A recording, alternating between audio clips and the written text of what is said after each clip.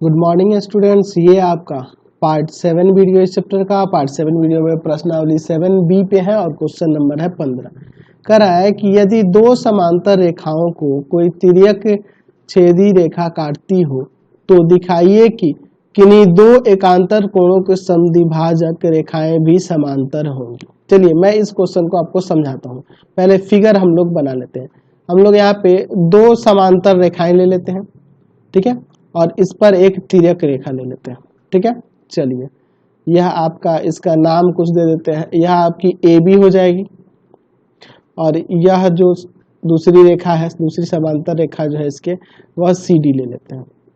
और यह तिर्यक रेखा जो है इसका नाम दे देते हैं PQ, जो AB और CD को मान लेते हैं कहाँ पे काटती है, R और S पर काटती है, R और S पर काटती है। तो पहले इतना लिख लेते हैं।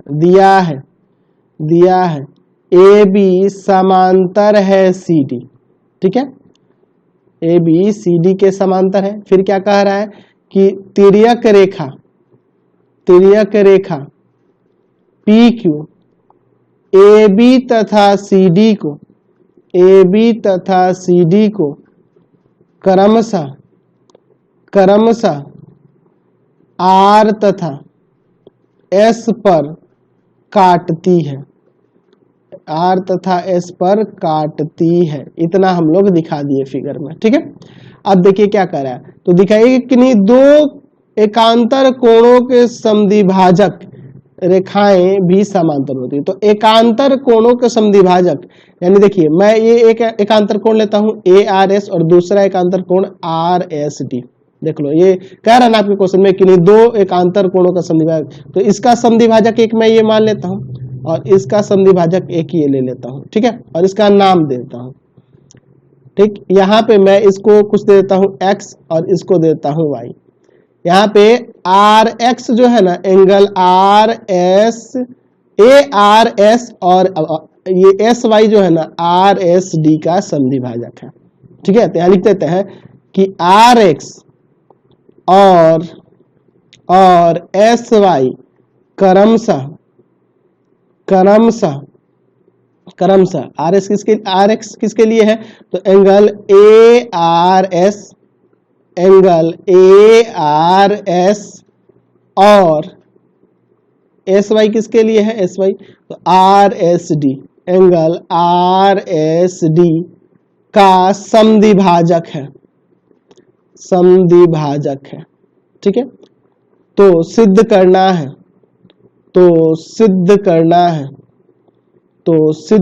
है क्या सिद्ध करना है कि ये दोनों समद्विभाजक आपस में समांतर होंगे, समद्विभाजक रेखाएं समांतर होती हैं। यानी कि यहाँ पे RX जो है ना समांतर हो जाएगा SY के, ये RX SY के समांतर होगा, यह दिखाना है, ठीक है।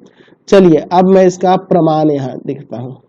समझिए अब इस बात को, जब भी सिद्ध करना होता है तो यहाँ प्रमाण लिखना होता है। अब समझिए इस बात को। यहाँ पे कह रहा है आपके पास कि RX और SY क्रमशः एंगल ARS और एंगल RSD का समद्विभाजक है। ये आपके पास दिया हुआ है, समद्विभाजक है। ये जो है इस एंगल का समद्विभाजक है और ये जो है इस एंगल का समद्विभाजक है। अच्छा, समद्विभाजक है तो मैं यहाँ पे लिख सकता हूँ कि एंगल XRS बराबर में हो जाएगा 1/2 ऑफ एंगल ARS। XRS यह वाला एंगल XRS इस पूरे कोण का आधा होगा, क्योंकि ये समद्विभाजक है तो आपस में बराबर हुए, यानी कि यह वाला एंगल XRS पूरे एंगल ARS का आधा हो जाएगा। उसी तरह से एंगल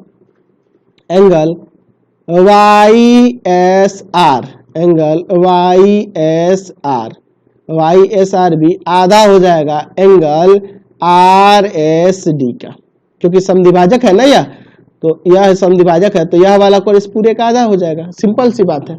चलिए अब देखिए, मैं इन दोनों को चाहूं तो ये देखो, ये दो आके इसमें गुणा कर जाएगा तो हो जाएगा 2 एंगल XRS XRS बराबर में एंगल ARS, और इसे भी लिख सकते हैं 2 एंगल YSR, 2 एंगल YSR बराबर में एंगल RSD।